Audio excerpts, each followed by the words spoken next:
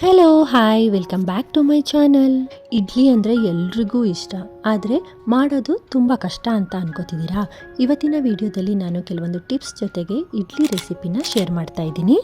ಯಾವುದೇ ರೀತಿಯಾದಂತಹ soda, East, rice ಅಥವಾ ಅವಲಕ್ಕಿನ ಹಾಕದೇ ಫ್ಲಫಿ ಆ್ಯಂಡ್ ಸಾಫ್ಟ್ ಆದಂತಹ ರವೆ ಆದಂತಹ ಇಡ್ಲಿ ರೆಸಿಪಿನ ನಾನು ಶೇರ್ ಮಾಡ್ತಾ ಇದ್ದೀನಿ. ಸಾಂಬಾರ್ ರೆಸಿಪಿನ ನಾನು ಆಲ್ರೆಡಿ ನನ್ನ ಚಾನಲ್ನಲ್ಲಿ ಅಪ್ಲೋಡ್ ಮಾಡಿದ್ದೀನಿ, ಇಂಟ್ರೆಸ್ಟ್ ಇರೋರು ಚೆಕ್ ಮಾಡ್ಕೊಳ್ಳಿ. ಇವತ್ತು ಇಡ್ಲಿ ರೆಸಿಪಿನ ಶೇರ್ ಮಾಡ್ತಾ ಇದ್ದೀನಿ. ಹಾಗಿದ್ರೆ ಬನ್ನಿ ವಿಡಿಯೋನ ಸ್ಟಾರ್ಟ್ ಮಾಡೋಣ. ಮೊದಲು ನಾನಿಲ್ಲಿ 1/4 ಕಪ್ನಷ್ಟು ಉದ್ದಿನ ಬೇಳೆನ ಹಾಕೋತಾ ಇದ್ದೀನಿ. ನಂತರ ನಾನಿಲ್ಲಿ 4 ಕಪ್ನಷ್ಟು ಇಡ್ಲಿ ಅಕ್ಕಿನ ಹಾಕೋತಾ ಇದ್ದೀನಿ. ನೀವು ಇಡೀ ಉದ್ದನ್ನು ಯೂಸ್ ಮಾಡ್ತಾ ಇದ್ದರೆ 1 ಕಪ್ಪಿಗೆ 4 ಕಪ್ನಷ್ಟು ಅಕ್ಕಿನ ಹಾಕೋಬೇಕಾಗತ್ತೆ. ನಂತರ ಈ ಅಕ್ಕಿ ಮತ್ತು ಉದ್ದಿನ ಬೇಳೆನ ಚೆನ್ನಾಗಿ ತೊಳಿಬೇಕು. ಈ ರೀತಿ ಚೆನ್ನಾಗಿ ತೊಳೆದು ಒಂದು 3-4 ಗಂಟೆಗಳ ಕಾಲ ಅದನ್ನು ನೆನೆಯೋದಕ್ಕೆ ಬಿಡಬೇಕು. ನಾನಿಲ್ಲಿ 4 ಅವರು ಉದ್ದಿನ ಬೇಳೆ ಮತ್ತು ಅಕ್ಕಿನ ನೆನೆಸಿಟ್ಟಿದ್ದೀನಿ. ನೋಡಿ ಅಕ್ಕಿ ಮತ್ತು ಉದ್ದಿನ ಬೇಳೆ ಎಷ್ಟು ಚೆನ್ನಾಗಿ ನೆಂದಿದೆ ಅಂತ. ಈಗ ಇದನ್ನು ವೆಟ್ ಗ್ರೈಂಡರ್ಗೆ ಹಾಕೋತಾ ಇದ್ದೀನಿ. ಇಡ್ಲಿ ಸಾಫ್ಟಾಗಿ ಫ್ಲಫಿಯಾಗಿ ಬರಬೇಕು ಅಂದರೆ ವೆಟ್ ಗ್ರೈಂಡರಲ್ಲೇ ನೀವು ರುಬ್ಬಬೇಕಾಗತ್ತೆ. ಈ ರೀತಿ ನೆನೆಸಿಟ್ಟಿರೋಂಥ ಉದ್ದಿನ ಬೇಳೆ ಮಾತ್ರ ಮೊದಲು ಹಾಕ್ಕೊಂಡು ರುಬ್ಕೋಬೇಕು. ಉದ್ದಿನ ಬೇಳೆನ ರುಬ್ಕೊಳ್ಳೋವಾಗ ಒಂದೇ ಸಲ ನೀರನ್ನ ಹಾಕೋಬಾರ್ದು. ಈ ರೀತಿ ಚೂರೇ ನೀರನ್ನ ಹಾಕ್ಕೊಂಡು ರುಬ್ಕೋಬೇಕು. ಉದ್ದಿನ ಬೇಳೆನ ನಾವು ಸ್ವಲ್ಪನೇ ನೀರನ್ನ ಹಾಕ್ಕೊಂಡು 20 ನಿಮಿಷ ರುಬ್ಕೋಬೇಕು.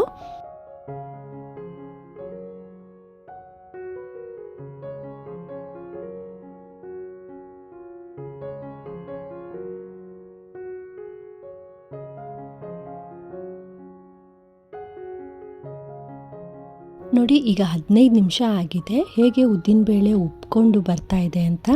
ಇನ್ನೊಂದು 5 ನಿಮಿಷ ರುಬ್ಕೊಂಡ್ರೆ ಸಾಕು.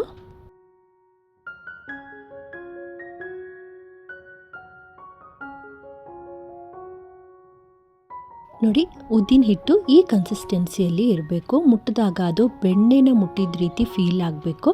ಮತ್ತು ಅದು ಮೇಲಿಂದ ಕೆಳಗೆ ಬಿಟ್ಟಾವಾಗ ಗಟ್ಟಿಯಾಗಿ ಅಲ್ಲೇ ನಿಂತ್ಕೊಂಡಿರಬೇಕು. ನೀವು ಅಬ್ಸರ್ವ್ ಮಾಡಿದ್ರೆ ಅಲ್ಲಲ್ಲಿ ಗುಳ್ಳೆಗಳು ಫಾರ್ಮ್ ಆಗಿರೋದು ಕಾಣುತ್ತೆ. ಆ ರೀತಿ ಗುಳ್ಳೆಗಳು ಫಾರ್ಮ್ ಆಗಬೇಕು. ಈಗ ನೆನೆಸಿಟ್ಟಿರುವಂತಹ ಅಕ್ಕಿನ ಹಾಕ್ಕೊಂಡು ರುಬ್ಕೋತಾ ಇದ್ದೀನಿ.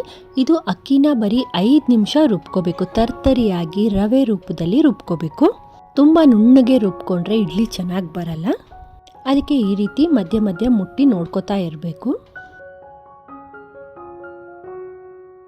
ನೋಡಿ ಈಗ ರವೆಯಾಗಿ ಚೆನ್ನಾಗಿ ಬಂದಿದೆ. ಕನ್ಸಿಸ್ಟೆನ್ಸಿ ಕೂಡ ಪರ್ಫೆಕ್ಟ್ ಆಗಿದೆ. ಇದೇ ರೀತಿ ಈ ಕನ್ಸಿಸ್ಟೆನ್ಸಿನಲ್ಲಿ ನೀವು ಮಾಡ್ಕೋಬೇಕು. ಈಗ ಇದನ್ನು ಒಂದು ಪಾತ್ರೆಗೆ ತೆಗಿತಾ ಇದ್ದೀನಿ.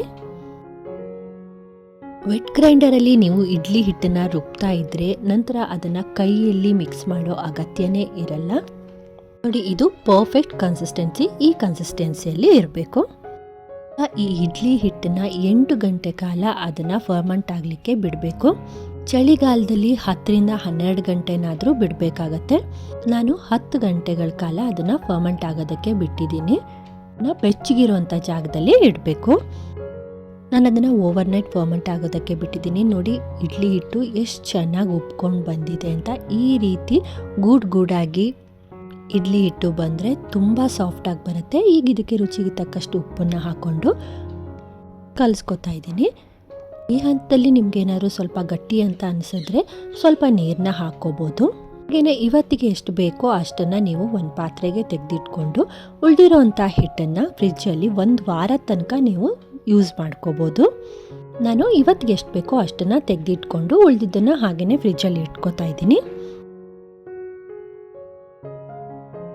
ನಂತರ ಇಡ್ಲಿ ಮಾಡೋ ಪಾತ್ರೆಗೆ ಒಂದು ಸ್ವಲ್ಪ ನೀರನ್ನ ಹಾಕ್ಕೊಂಡು ಅದನ್ನು ಬಿಸಿ ಆಗೋದಕ್ಕೆ ಬಿಡಬೇಕು.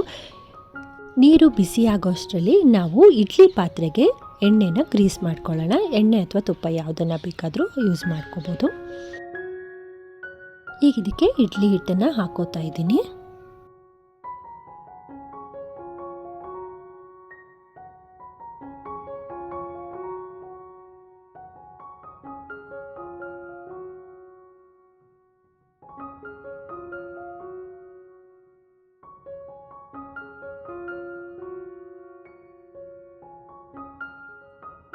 ಇಡ್ಲಿ ಪಾತ್ರೆ ಕೂಡ ಬಿಸಿಯಾಗಿದೆ. ಈಗ ಇದನ್ನು ಇಡ್ಲಿ ಟ್ರೇನ ಇಟ್ಕೋತಾ ಇದ್ದೀನಿ.